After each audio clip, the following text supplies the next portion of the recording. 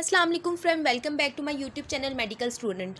आज जो मैंने आपके साथ टॉपिक डिस्कस करना है वो है physiologic and therapeutic effects of किसके क्रायोथेरेपी के। इससे पहले मैंने आपको एक पार्ट बताया था, क्रायोथेरेपी का पढ़ाया था, वो था कुछ ये क्रायोथेरेपी मैंने आपको पढ़ाया था, उसके टेक्निक्स बताई थी।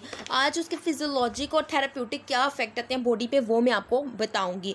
Affect on circulatory system and uses, circulatory system पे क्या अफेक्ट आते हैं। बॉडी जो है ना इनिशियल रिस्पॉन्स करती है बॉडी टिश्यूज़ को टू कोल्ड का रिस्पॉन्स आता है कि प्रिवेंट करे हीट को। जो हीट हमारे पास किसी बॉडी टिश्यू में हुई है तो वो प्रिवेंट करती है कि हीटिंग जो है प्रिजर्व हो जाती है। ठीक हो गया। It is establish by the initial phase of the local vasoconstriction. सबसे पहले वैजोकॉन्स्ट्रिक्शन की फेज होती है, देन जब होम्योस्टेसिस मेंटेन हो जाती है, रीच हो जाती है, तो body has become cooled, then phase आती है वैजोडाइलेशन की। वैजोकॉन्स्ट्रिक्शन कहते हैं तंग हो जाना स्पेस, और वैजोडाइलेशन कहते हैं स्पेस का खुल जाना। This follows the alternative phase of vasoconstriction and vasodilation। vasoconstriction और vasodilation के alternative phase को follow करते हैं, इसलिए हम इसको लिविस हंटिंग रिएक्शन भी कहते हैं। नेक्स्ट मैं आपको बताती जाऊँ तो अफेक्ट हमने क्या किस चीज़ का देखना है, affect on nervous system and neural tissue. Nervous system पे और न्यूरल टिश्यूज़ पे क्या अफेक्ट्स आएंगे वो मैं आपको बताऊँगी। ठीक है।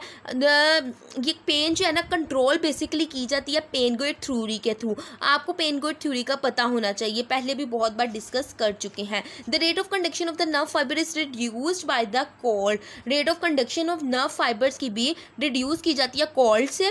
The A fibre is followed by first affect करते हैं, उसके बाद बी एंड सी फाइबर्स करते हैं। ठीक हो गया। नेक्स्ट अगर मैं आपको ये खोल के रख देती हूँ ताकि आपको क्लियर नजर आए।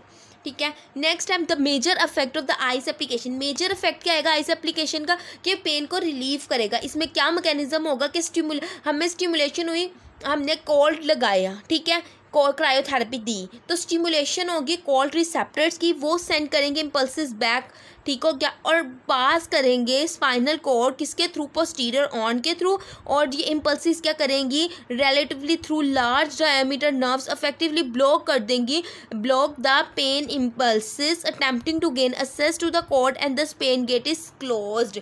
क्या होगा कि पेन के जो होगा उसको क्लोज कर देंगी पेन गेट्स को। ठीक हो गया। कोल्ड स्टिमुलस का हम इस इटसेल्फ जो है ना हमारे पास एक नॉक्सियस वन है जिसको हम लोग स्टिमुलेट करते, जो कि स्टिमुलेट करता है ब्रेन सेल्स मिड ब्रेन को, जो कि रिलीज करे beta endorphin into posterior horn से और रिड्यूस करे पेन को। मतलब कोल्ड स्टिमुलस है तो ये इटसेल्फ भी जो है ना नॉक्सियस वन है कि वो मिड ब्रेन को मैसेज देगा कि वो रिलीज करे बीटा एंड्रोजिन को, तो उससे क्या होगा पेन रिलीज आएगा, रिड्यूस मिलेगा पेन में। एक इफेक्ट हमारे पास मेजर क्या आता है कोल्ड का कि मसल टोन को क्या करता है इंक्रीज करवाता है। The short break application of the cold is through enhance the muscle tone. Muscle tone को क्या करता है इनहैंस करता है, लेकिन prolong use of the cold क्या करेगा रिड्यूस कर देगा मसल टोन को, जाहिर सी बात है किसी भी चीज़ का ज़्यादा यूज़ हमारे लिए अच्छा नहीं है। अगर मैं आपको ये दिखाती जाऊँ, ये आप देख सकते हैं, ये देखें ये जो फ्लो चार्ट बना हुआ है ये उसी का बनाया गया, किसका सर्कुलेटरी सिस्टम पे जो इफेक्ट था। सबसे पहले हमारे पास वेजो कॉन्स्ट्रिक्शन की फेस आई, फिर वेजो कूलिंग जब हमने अप्लाई की तो फिर वेजो डायलेशन की फेस है, और लिविस हंटिंग रिएक्शन को फॉलो किया। इंडिकेशन में आपको बताती जाऊँ क्रायोथेरेपी हम किस में यूज़ करवाते हैं, तो वो ये है एक्यूट पेन में, एक्यूट स्वेलिंग वगैरह जहाँ हुई होती है, सूज वगैरह जाता है, एक्यूट मसल स्ट्रेन में, एक्यूट लिगामेंट स्प्रेन में, डिलेड मसल ऑनसेट मसल सॉर्नेस में करवाते हैं, बुर्साइटिस में कराते हैं, टेंडनाइटिस में कराते हैं, एक्यूट कन्फ्यूजन में कराते हैं, मसल गार्डिंग में कराते हैं, मसल स्पैज्म अगर हो गया कहीं पर, और क्रॉनिक पेन में हम भी करवाते हैं यूज़। उसके बाद डेंजर्स और कॉन्ट्राइंडिकेशंस हमारे पास क्या है कि कार्डिक कंडीशंस में हम अटेंशन रखते हैं कि मोनीटर करते हैं through out the treatment, complete treatment को।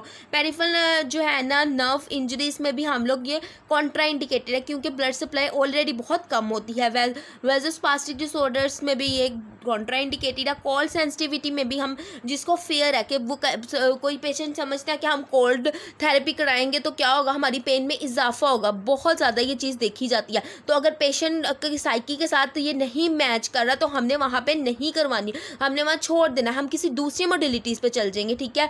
तो क्योंकि ये नहीं करवाएंगे उसमें अफेक्ट रिवर्स हो सकते हैं। उसके बाद क्या, पेरिफेरल वैस्कुलर डिजीज़ में भी हम नहीं कराएंगे क्योंकि वहाँ पे इनएडिक्वेट ब्लड सप्लाई हो रही है। तो हम जब हम क्रायोथेरेपी कराएंगे तो वैजो कंस्ट्रिक्शन होगी, तो ब्लड सप्लाई ज़्यादा नहीं हो पाएगी वहाँ पे। उसके बाद इन्फेक्शन वाली जगह पे नहीं हम कराते, ओपन वाउंड या फिर स्किन कंडीशन है इसमें नहीं करवाते हैं। ये था हमारा आज का टॉपिक। अगर आपको पसंद है तो आपने मेरे चैनल को सब्सक्राइब करें, लाइक करें, कमेंट करें, और कमेंट में अगर आपको कुछ समझ नहीं आया तो आप वो भी बता सकते हैं, और अगर आप कोई दूसरा टॉपिक समझना चाहते हैं वो भी आप मुझे बता सकते हैं कमेंट बॉक्स में। Thank you so much. अल्लाह हाफ़िज़।